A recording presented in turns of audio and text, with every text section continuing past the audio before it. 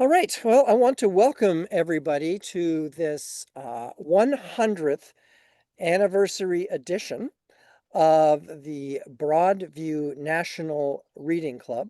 And I am absolutely delighted with the guests that we have, Teresa Burnett-Cole and Mardi Tindal. And I think we're going to have a rich conversation. I sent out a question to everybody here that I hope everybody received that they're going to address, but I'd like you to think about it as we enter into our second 100 years in terms of what do you see as sort of the risks and opportunities for the United Church of Canada as we move into our second 100 years. And I'm particularly appreciative of Broadview not only sponsoring and having this National Reading Club, but also with the guests that we have today, because I think uh, both of our guests are going to cover uh, the the richness, the joy, and the sorrow and the tragedy of the last 100 years of the United Church. So I want to begin today. I live in Hamilton, Ontario, and the rest of you can also post where you are from. And Hamilton is situated upon the traditional territories of the Erie, Neutral, Huron-Wendat, Haudenosaunee, and Mississaugas. This land is covered by the Dish with One Spoon Wampum Belt Covenant, which was an agreement between the Haudenosaunee and the Anishinaabe to share and care for the resources around the Great Lakes. We further acknowledge that this land is covered by the Between the Lakes Purchase, 1792, between the Crown and the Mississaugas of the Credit First Nation. Today, Hamilton is home to many Indigenous people from across Turtle Island, and we recognize that we must do more to learn about the rich history of this land so we can better understand our roles as residents, neighbors, partners, and caretakers. And I would invite you all to make your own territorial acknowledgement in the chat. And we're going to start today with Teresa. And if I, Teresa Burnett-Cole, the Reverend Dr. Teresa Burnett-Cole, is the coordinating minister at Glebe St. James United Church in Ottawa. She began her theological studies as a Roman Catholic, a question I must raise, before she joined the United Church of Canada. Teresa is of Mohawk and Irish-Scottish heritage. She currently serves on the National Indigenous Council and the General Council Executive of the United Church. Her area of expertise is liturgy with a particular focus on Indigenous Christian worship. When not working, exclamation mark, I understand that. Teresa enjoys playing music, painting, artwork, not walls, writing, and reading. She makes her home with her wife Ruth and their 11-year-old Jack Russell Terrier, Okwaho. And if I've said that incorrectly, I apologize. So Teresa, I'd like to welcome you here. And you wrote a really powerful article in the 100th anniversary edition on the history of the relationship of Indigenous peoples with the United Church and with the church before that. And the question I have, when you were doing your research, because it's an exceptionally well researched piece, was there anything that surprised you in your research as you were preparing and as you wrote that article? Was there anything that surprised you? Yeah, the early reports in the records of proceedings of the general councils are quite stunning in how colonial the work was, and just how long I think it took for minds to change. Uh, I found some dandy quotes that didn't make it into the article that I'm holding on to for something else. Um, yeah. So that I think is what surprised me the most. So when you think about those quotes and those attitudes, um, we within your article, you really talk about the sort of the totality of that relationship, which I think is really important for us. So what was it about the attitudes that surprised you? I mean, I understand the colonial approach, and sort of two parts. First, what specifically surprised you? And secondly, why do you think it took so long to move the church into a place of reconciliation from a place of colonialism? I think we were in lockstep with the rest of Canada. I would have hoped that we would have been a little more progressive, but it's taken a long time. Uh, One of the things that I found really interesting was uh, one of the sort of key areas that really pushed us to reconsider residential schools actually was from Catherine Hawken, who way back was she had been a missionary in China, but before she went over as a teacher, she did a stint at one of the actually it was Port Alberni, and was horrified by what she saw. And so this is, way back in the early 40s, she was counseling that the church had to get out of this, that this was not in lockstep with the gospel, it was in lockstep with the government. And I think the length of time that it took those voices to be heard is really quite stunning. Um, because really, it wasn't till the 80s that we got significant traction, that the church started to really pay attention. So the church did pay attention, and the apology was offered, and the apology was received. And from what I understand, it has still been received as opposed to accepted. Am I Correct. correct in that distinction? You are absolutely correct. So what do you think are, where does the United Church need to go to be in a place where we move from the apology being received to the apology being accepted? Or is it even important that it be accepted? Well, I wonder about apologies these days because they're coming fast and furious. We have a number of them um, in the pipeline. Even this summer, there'll be an apology at the General Council for queer folk. We're apologizing, but we're not necessarily changing our attitudes. The colonialism is still an issue in the United Church. It's still a grave issue with when dealing with the Indigenous United Church. Um, we've had some breakthroughs, but those breakthroughs it's really been, Christopher, two steps forward, one step back. The remit passed and gave independence to the church. And then at the first sign of trouble, um, the general secretary stepped in. Is that the way that we practice independence? Not sure. Um, Was you're a member of General Council Executive, and without, correct. so was that a moment where you felt colonialism was reasserting itself in how the church operated? Absolutely. Absolutely. And I'm looking to the general council this summer to try and sort that out a little bit.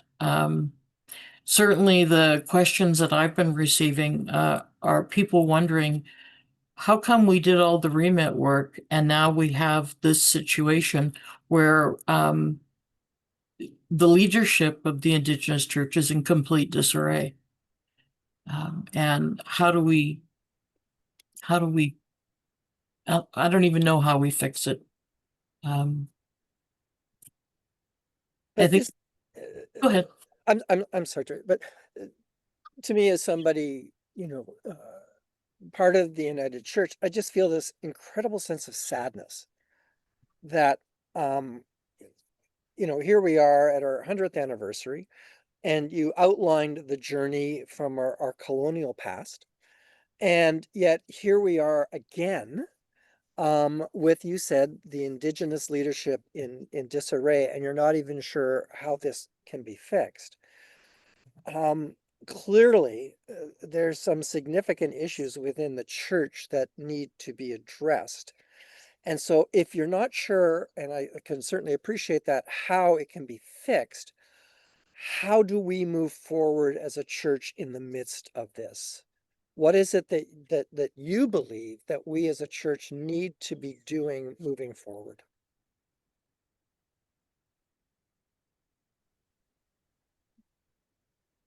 I think the General Secretary had the right idea when he called for a national Indigenous spiritual gathering that happened last fall that took the temperature of what was going on. The elders at that point asked for time, which they've been given. Now we need to start to populate the National Indigenous Council again and put in place an executive minister who is Indigenous, who can be that voice in the General Council offices. And I can't believe I'm saying this, but I agree with the General Secretary that we couldn't do that in a hurry. And that really what we need to do is now back off and let the Indigenous church sort it out themselves. There is a lot of grief and sadness in the Indigenous community, United Church community, about the loss of the All Native Circle Conference in the restructuring, because that was a structure that was working to an extent. And really what we're trying to do now is replicate some of those pieces that work so well. And they don't necessarily fit well with the settler church, and maybe they don't need to. So I'm hopeful that given time and space, they'll get it sorted out. We've cleared hurdles and put in place language in the manual that can give the Indigenous church time and space to do that. We just have to let them. So as my question then comes down to giving that time. So if you were to look forward a few years from now, what is the relationship that you would hope to see between the Indigenous church and the settler church? What would that look like from your perspective? I would love to see us walking hand in hand. We've made some steps. We've brought in a couple corresponding members on the General Council who are Indigenous, who are a link to the leadership of the Indigenous Church. I look forward to them having vote and voice. And really understanding that the National Indigenous Spiritual Gathering is the equivalent of the General Council in the Indigenous Church. It's not just a little sideshow. It is an independent body of its own. That's what I think I'd hope to see. And there's no reason we can't. The playing field has been leveled. We just need to tamp down some of the racism and leftover colonialism. And that's always a challenge. I described it once that trying to understand your own headspace around colonialism is kind of like a fish trying to describe water. It's all around you, it's in you, so how do you step back and get some distance to be able to describe that? And I think that the settler church is working very hard to do that. Um, and the indigenous folks need to do the same thing. You talked about apologies, and I found that very interesting in the sense that I heard, if I heard correctly in your voice, a sense of sort of frustration with apologies. So,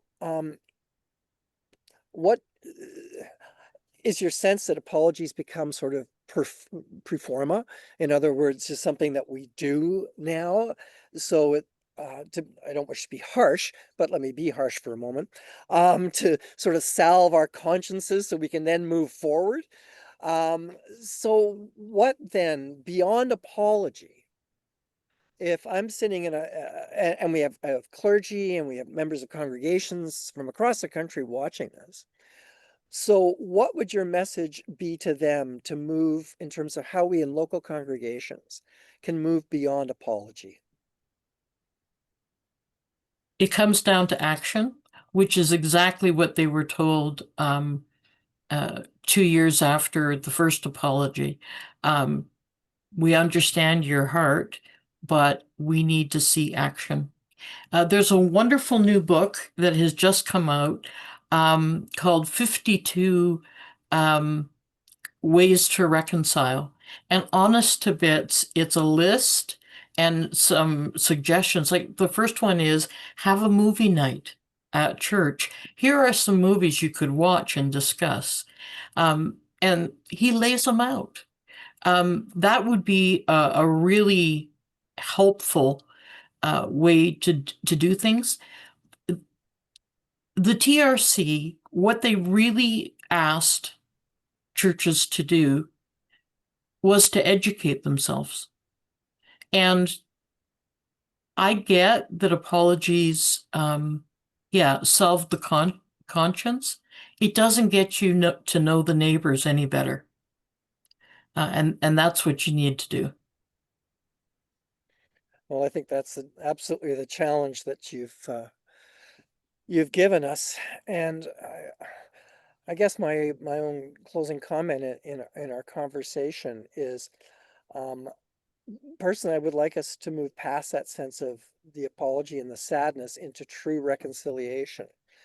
And I think your analysis in terms of colonialism and racism about the fish in the water is very apt. I just want to share, Teresa, that my great aunt taught in the day school on the Stony Reserve in Alberta for the United Church Day School. So to our history is very much still present. And I don't believe myself that until we fully accept our history, we are able then to fully move forward. And I think we have to for everyone's sake. So I want to thank you for the article that you wrote and for your voice. And I wish you blessings not only in your ministry, but in your work in the General Council Executive and at General Council this summer. Thank you very much. And I will put the details of that book in the chat. Okay. Terrific. I'm sure there are many people who would like to read that. Thank you so much. Thank you. So we now want to move to our next guest, who is Mardi Tindal, the former moderator. And Mardi Tindal has brought energetic leadership, and I've known her a long time, so I can absolutely put that in highlights throughout her career as an adult educator, facilitator, and retreat center director, writer, broadcaster, and church leader. From 2009 to 2012, she served as the 40th moderator of the United Church, the 4th lay moderator, and the 5th woman to serve in that role. She holds an MA from the Ontario Institute of Studies and Education of the University of Toronto. And during her term as moderator, she collaborated with faith leaders throughout Canada and around the world on the work of participating in God's healing of soul, community, and creation. In 2012, she received the Queen Elizabeth II Diamond Jubilee Medal in recognition of her contributions to Canada. She has been facilitating courage and renewal retreats with adults of varied ages and vocational paths for more than 15 years, and she enjoys serving on the board of Broadview magazine. Mardi, it's an absolute delight to have you with us today, and I'm looking forward to our conversation. So, you were our moderator, Mardi, and you talk in your bio and in your work about the healing of creation and the healing in our world right now. Well, our world kind of it's in a really brutal place right now. As Canadians, we're experiencing the chaos of Donald Trump.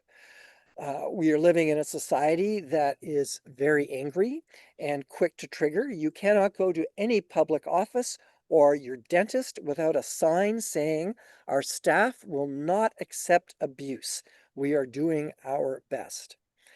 And in this sort of chaotic, um, angry world in which we live, where Donald Trump has given permission. I interviewed 3 therapists, and they all referred to him as giving permission for the type of anger and acts of hatred we're seeing. So, how does the church, in this context, which I would argue is probably one of the most difficult in its history, how does the church play a role in the healing of the mess that we are in? And I haven't even talked about the climate crisis. So, from your perspective, as a member of the United Church, as a past moderator, what is the role of the church as we move into our second 100 years to heal what we're in the midst of? Thanks, Christopher. Important questions. One of the things that I didn't, of course, know since I hadn't written an article really, what you might ask me, but one of the things that occurred to me as you were speaking was the passage from scripture. I think it's from the book of Esther, for such a time as this.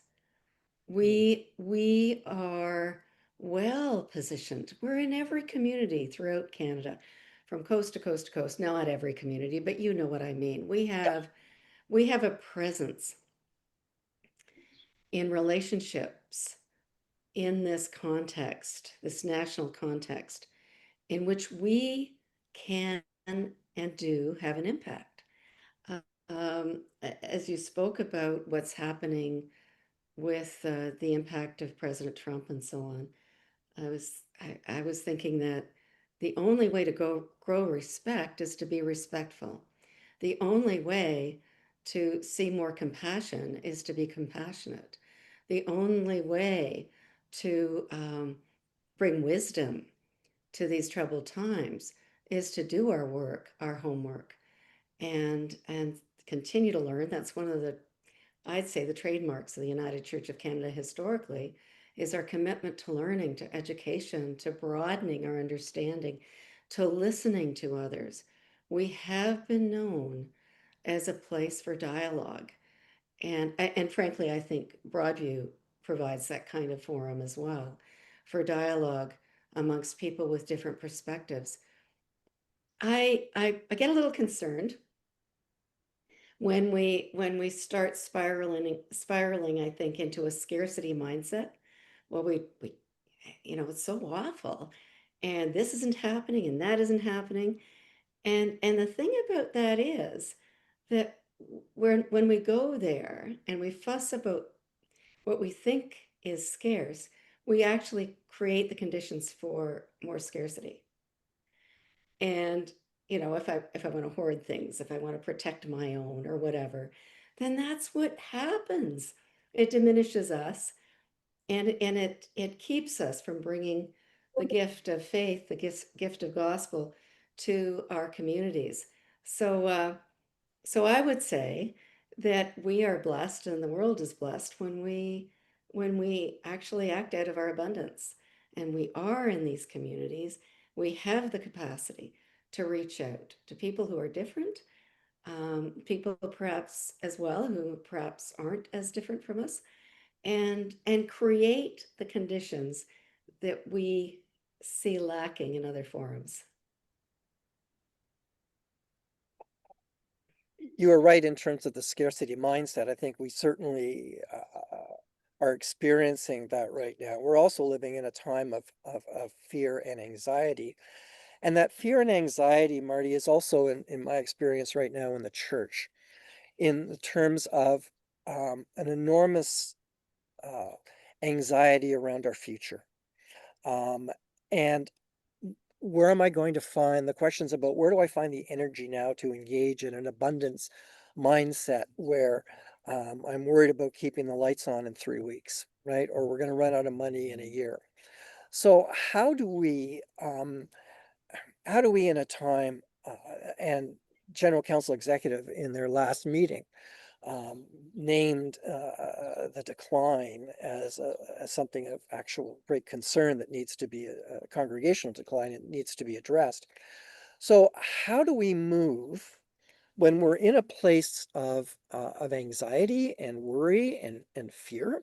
How do we move? What are your suggestions in terms of helping us to move into a mindset of abundance where the messages that we are getting we're constantly being bombarded with throughout the media, throughout everything we see, is one of scarcity and risk. Yeah, what's coming to mind are experiences I've had of being part of congregations where that was the worry. And most recently, before we became members of Highland Hills United in Minden here in Haliburton County, we were members of Windermere United Church in Toronto. A congregation that became very well known for its service to the community. I mean, our MPP would come to us for distributing masks, for example, during COVID and so on. She saw us as a community that was in touch with others and with those in need, and we always seemed to rise to the occasion. And yet, we were getting more and more burned out, tired. We had to eventually face some facts about our capacity and reached out for conversation. In our case, the most fruitful conversation came with Runnymede, the good people of Runnymede United Church down the way. So we amalgamated with Runnymede United Church. But here's the very cool thing. Runnymede decided that Windermere, its building, its connections, its reputation in the community, justified us being like another campus, a second campus, right? So Runnymede United Church has two campuses, and all those resources, the people who were still there, the building, which was serving the community as a space for many worthy, to meet many important needs in the community, is still there doing that. But it took a graceful conversation and a creative conversation, and I would say a realistic assessment of the needs of the community that still needed to be met by the church in our part of the city, and we could do it together that way. That's an example. I remember when we were at Sydenham Street United Church in Brantford, Doug and I were meal coordinators. We hosted a weekly Sunday night meal to people who needed food and needed a good meal. Every other day of the week was covered by somebody else, another agency in the community. So Sunday was available, and the need was great. So our church stepped up. After a year or two of doing that, a number of us were like, this is too much. It's such hard work. But because of the relationships we had with the people of the mosque, with workers in the area, with another congregation, the Seventh-day Adventist congregation, who worshiped in our building, we were having conversations with them saying, it's too bad. It looks like we're going to have to fold. And they said, well, could we take a Sunday? Seventh-day Adventists, the mosque, the union, a labor union, they each took a Sunday. And we ended up doing one a month, but we could provide the kitchen and all of that. Now, I'm just trying to make this real about when you actually believe that the need needs to be paid attention to. You don't just go inward and lose steam by fussing about our own institutional fears. You focus on what we're called to be and do in the world. And it's remarkable what energy flows from reorienting that way. You probably remember the Mending the World report Yep. from, I think it was 1997, which begins by quoting Rabbi Abraham Joshua Heschel. When God, the Holy One, gets up in the morning, God gathers the angels of heaven around and asks this simple question: where does my creation need mending today? And then Rabbi Heschel goes on to explain theology consists of worrying about what God worries about when God gets up in the morning. And it seriously, Christopher, this isn't Pollyanna. When we reorient toward our call, it is remarkable how many resources and how many friends we discover we have. Friends in the community. There are other stories I could tell from congregations we've been part of where when we did this, when we met a refugee family's need, we got to know our Jewish neighbors because they were concerned to want to help this family, and so on and so on and so forth. And we had everything we needed, even though we thought we wouldn't have enough. So I agree with you in terms of, I think it's critical. I think in terms of your comment around the scarcity mindset, I'm feeling I'm feeling a move in the zeitgeist of the church. I'm feeling a sense, and I'd like your thoughts on this, that we are moving from the days of bewailing, the boom church of the 60s and early 70s, and I think we're just about done bewailing the decline. And I would argue it's more than a decline, it's a collapse, and that's okay, because we don't get resurrection without death. But I think that the church, and I'd also be interested in comments in the chat on this, is turning a page right now. And I think the church is turning a page from its past and the narrative of decline, which is extraordinarily real, but now not being weighed down by it, but is now looking to the future in a way that I have not seen before. And I just wonder what your thoughts might be on that as a church leader. I did love this issue of the magazine, and Peter Woolley's piece. I, I feel like I need to call Ralph Milton, talk to him more about this. When he said the church should go gentle into that good night, like dealing with that history and saying, well, the church should go gentle into that good night, something that Peter had to really wrestle with. He was actually speaking to a conference annual general meeting, right? So and that the conferences no longer exist. That structure of the church has gone into that um, that good night. And so I think we are demonstrating the capacity to change and to adapt and not simply lament how things aren't the way they used to be. Yeah, I'm more of the rage against the dying of the light person. That's the myself. When you look at the church right now, and I want you to think about from your time as moderator, what changes have you observed in the church from your time as a moderator, which concluded in 2012 to today? What are the changes that you have seen? Well, I need to bring a great dose of humility to this, because the perspective of a moderator is really quite extraordinary. You're able to travel throughout the church and with partners globally and listen to how they see us as well as how people on the ground in the church are feeling. And I no longer have that perspective. I really have to say, it's very difficult for me to get a sense of this.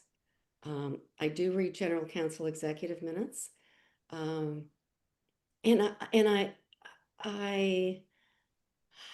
all I can say is that I see congregations that are still alive with spirit. And those are the places, I guess, where I'm hanging out. I get to accept invitations to lively congregations, and I see them. I see them in my own part of the world here, and we're making a difference. And we are regarded with some respect. I was surprised. Teresa, thank you so much for your article. It was so helpful. When we moved here to Halliburton County a couple of years ago, I thought I need to get to know Indigenous siblings in this area. This is a new area to me. So I went off to Bob Cajun to a strawberry ceremony, and I thought, I'm not going to know anybody here, but that's okay. I'll meet neighbors. And lo and behold, I would say a good half of the people at that significant gathering that day outdoors, sharing strawberries and listening to teachings, were old friends from the United Church of Canada. And they were the ones who were present and invested in right relations in this area. And it gave me great heart to see that. And I certainly felt less alone. I thought, whoa, we're still showing up where we need to show up. On that note, then I'd like to bring Teresa in and have the two of you share a conversation. And I guess I would just like to add a message in agreement, Marty, with what you've said. And what I would say to congregations and clergy, don't ever give up hope in the importance of your work. That the work that you are doing, that I have enormous respect for, is about transforming and saving human lives. And I was in ministry for 36 years and I experienced that.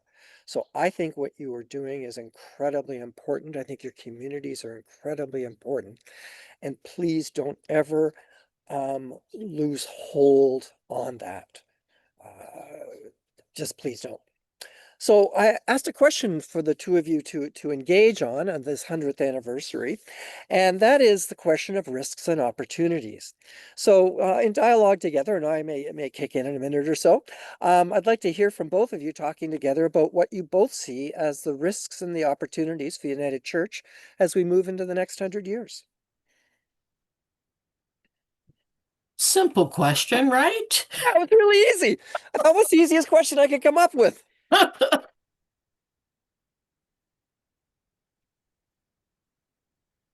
Marty, something you said, you talked about how wide our reach is across the country.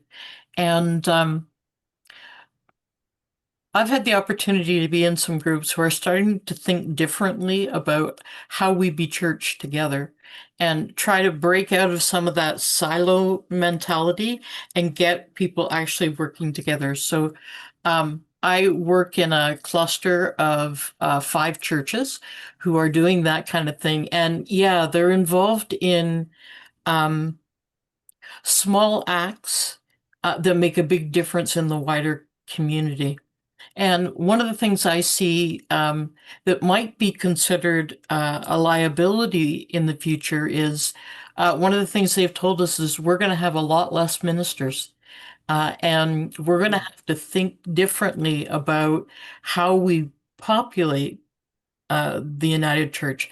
I was in a group recently that suggested, horror of horrors, that there only be 4 United Churches in Ottawa, a city of 1 million people, but that 4 churches would give us enough in reach to be able to do the kinds of things we're doing.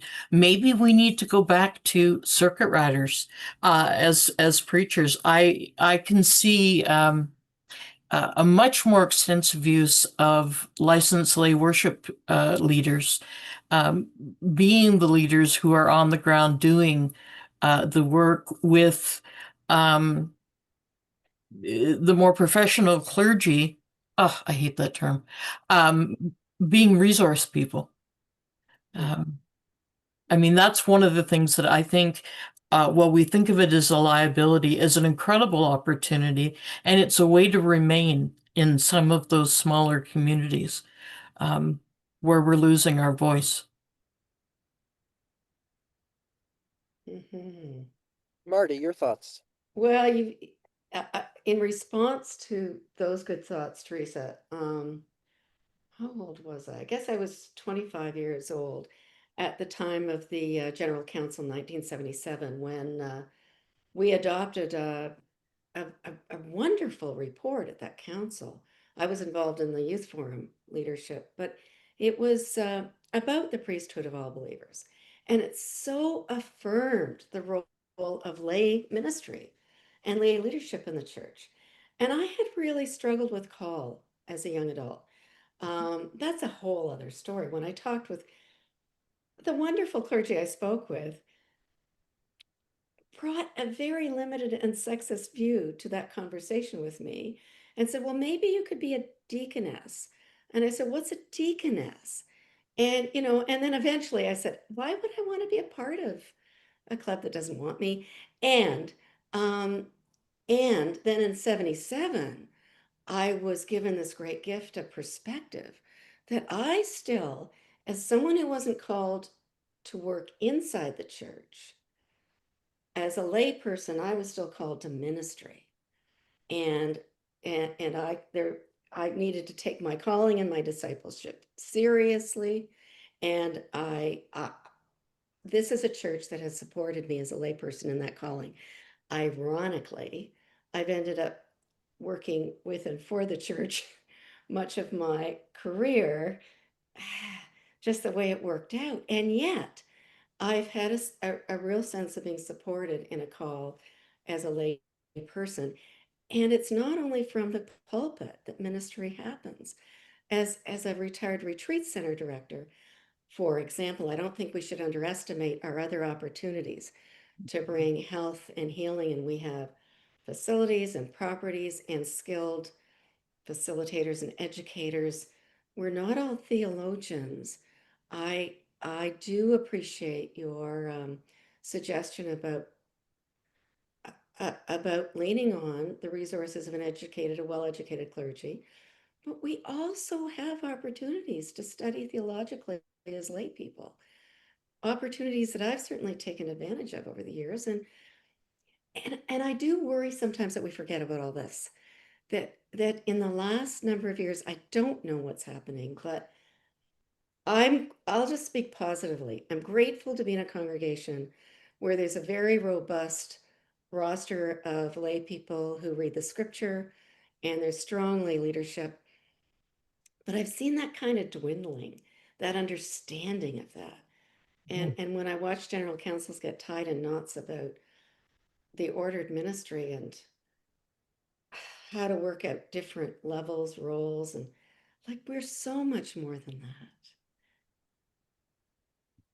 I'm putting my energy these days into exactly that, educating lay folk who want to uh, learn theologically, learn the nuts and bolts so that they can step in and do worship leadership, for example. And I am finding it absolutely delightful to walk with these folks. And I've never met a group of people who are more focused on continuing education and continuing to learn as I have in that, those groups of people. And so for me, it's been taking my education and putting it at the service of those folks, because I think that's where the future lies. And that gives me hope. Robin Wall Kimmerer, I was reminded of her new book, The Serviceberry, when you were talking. Yes. She Yes. talks about abundance and reciprocity in the natural world and how we need to get more in sync with the rest of creation. And I was thinking as I was preparing today of the incredible work you've done in this area and the leadership you've provided as an elder of the church. And that gives me hope too. You know, those kinds of voices like you. Oh, Teresa, thank you. Well, we're fans of Robin Wall Kimmerer. I love the service, Barry. The gift economy. Right. The gift economy. So I want to jump in for a moment because I've also read the service berry and I have one in my garden and I'm going to plant about 2 more. Um, so I could take everybody in a tour of my garden, which is filled with indigenous plants to this area. But I think, um, and I'd like your comment on this, that my sense is that as part of our shift, as we look to a different way of being, I think that it is a lot. I think there's an opportunity to learn from the Indigenous church and the Indigenous culture about how we can reorganize our economy, that one is of mutual benefit as opposed to the growing and incredibly increasing gap that we are seeing between rich, and I don't have to go on because everybody knows what the problems are.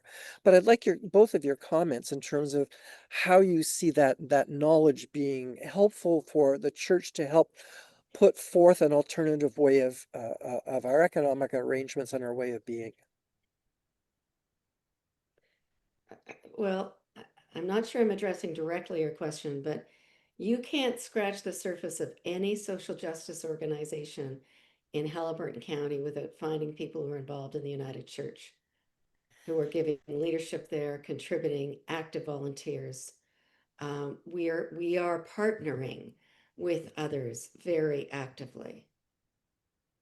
That's the first thing that comes to mind.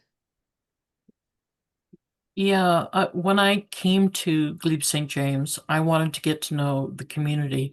And I had a couple of ideas. I said, can we not call my position lead minister? How about we call it the coordinating minister? And it's taken us 10 years, but we're there. The ideas that are being sparked are amazing. And when you talk about not being able to scratch the surface and without finding United Church folks, I actually put a big picture of the church on the wall, and I asked people, this was early on, to write in the church everything they do in the church, and then outside the church on hearts, would they please write all the places they support and put their energy and their finances outside the church. And what we found was absolutely stunning because there wasn't an organization in this city that didn't have some connection with this one little congregation. And it's only one. You know, and I think of all the United Churches across the country. I mean, we have an incredible breadth that's a gift for our country. Um, if we allow it to continue to come forward and continue to bloom. Thank you. At that point, I'd like to invite questions from our other participants. If you want to put them in the group chat, and then then I'm happy to pass them on to our guests. I see that the group chat, from what I can just see now, has been really important, and a lot of people um, have been chatting throughout this conversation, which I think is wonderful. Um, so I'm just looking, and I'm seeing, I just want this is from a question or just as a comment. I want to speak to the importance of education in our seminaries like Emmanuel, where tuition is free. Backside, it wasn't when I was there, and that can be accessed by anyone online.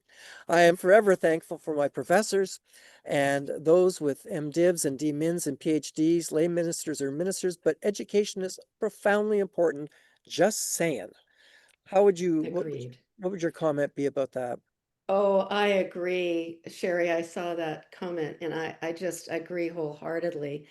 In lifting up the diversity, the whole people of God, the discipleship of all, please don't hear me diminishing the importance of education. And it is wonderful that we have so many opportunities. I mean, yeah, in my own congregation, again, book studies, that kind of thing. And now we're able to do hybrid studies online, in the room. There are very few borders or boundaries to this. So I appreciate you highlighting what is accessible at theological colleges and in other ways to us all. Thank you. Definitely, I think of my opportunities to study as being gifts, but gifts not for me, but to be used in the community. And I am a liturgist, so while I do my weekly gig at Glebe St. James, I also teach in the Licensed Lay Worship Leadership Program and walk with LLWLs who are continuing to do Con Ed. It's a way to spread it, not to diminish it, but to make sure that it gets used. Oh, and I'm an Emmanuel grad, and I too am incredibly grateful for the experience that I had there. Another comment I'd like your this is an interesting one. As I consider the next 100 years, I wonder what would happen if we gently released the manual and robustly embraced the song of faith. It feels in many ways like those archetypal documents describe and enable two very different churches, at least metaphorically. Indigenous folks will lead the way on this, as we all, capitals, need to get out from under the colonial structures which have defined the past 100 years, in my humble opinion. Your thoughts on that? Yes.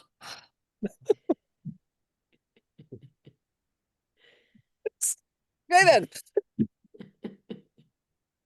Marty. Yeah, one of the reasons that Windermere United had to close is like we couldn't actually meet the conditions of the manual. We we didn't have a treasurer. Like if we had been able to have a treasurer shared with another congregation, maybe it would have worked. And maybe I am misrepresenting the manual, but it just looked like, oh, such a burden to have to meet the criteria of the manual to be legit. And so I think the region actually was very helpful to us in helping us see other ways of doing this, which led to an amalgamation. And honestly, I'm not saying deny the limits. We all have limitations. It would be crazy to, well, it would, sorry, that's not the right word, but it would not be helpful to pretend that we aren't all limited. We are all limited and we are all gifted. The trick is to figure out where my limitation, where where my limitations um, are met, are supplemented by your gifts, and where the limited of my gifts um, can be met with your gifts. That's what we're about here. So yeah, something a little more freeing. It sounds like a wonderful approach, and I think it's like freedom's just another word for nothing left to lose, right? You come to a point where that's the only way is to look at things more freely and creatively and trust the spirit to move through this. Yes, recently I was gifted with the opportunity to do some liturgy writing for the General Council. And one of the things I attempted, and we'll see if they'll take it or not, is I took the process of the balloting for moderator and I framed it using the Song of Faith. And because I thought it's so uniquely United Church, and it so much talks about the Spirit, which is the basis of that process that we have. And so I don't know. We'll see if it flies or not. But yeah, I find the Song of Faith has great opportunities for us. Terrific. Thank you. Another question, and this is, what tips can you share with parents and grandparents for children and youth in aging and slowing down churches where they are the only non-seniors and or who are growing up without the United Church locally, United Church of Canada locally, so they are losing the intergenerational and church lives that enriched so many of us? Ooh, that's an excellent question. I'm looking forward I, to your responses. I'd like to hear more, Teresa, about what you're doing in Ottawa because I see great opportunities for clustering there. I mean, as a grandparent, we were in a position to invite our grandchildren to worship with us when they were visiting in the city. And it turns out have pursued, like they've asked their parents more recently, can we go back to church, and have gone to a church that's very welcoming to us LGBTQ plus welcoming, which is important to our family. But I don't know whether they could have found that everywhere. Feels to me that's because a number of churches in the city have come together to make sure there's that presence in the city. So I'd love to hear more about how you kind of facilitate more of a concentration of youth and children by clustering, Teresa.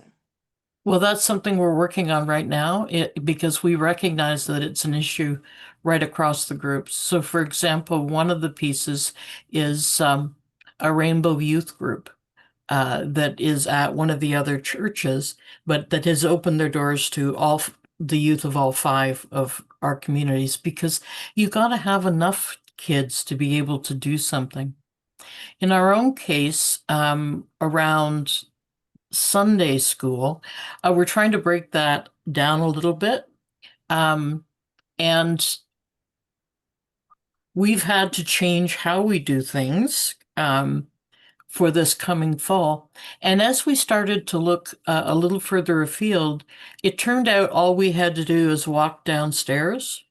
We have a Montessori school, a thriving community in our basement, and they've been there over 20 years, and they are a going concern. And I love it because it means that there's children in the building all the time. And they're wandering by my office, and these little ones will peer in. When I have the dog with me, they want to interact with the dog, who is good about that, and so it works.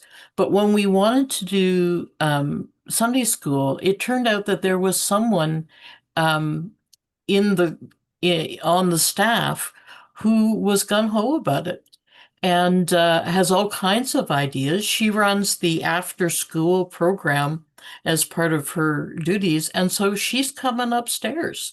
And she knows that there'll be a mixed bag of kids, but is up for it because we do have kids coming with grandparents. And sometimes mom comes too. We had a 9-year-old baptized Which is this. wonderful, and I hate to cut you off, but we're at our time. So I want to thank you both for really important and interesting conversations. We got so many other questions that I would like to have had time, and issues that I think that are important, and I encourage everybody to read the chat about that.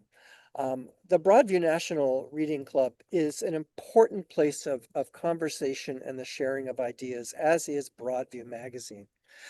And I would encourage those of you who are participating in this, if you are not already a donor, to consider donating to Broadview.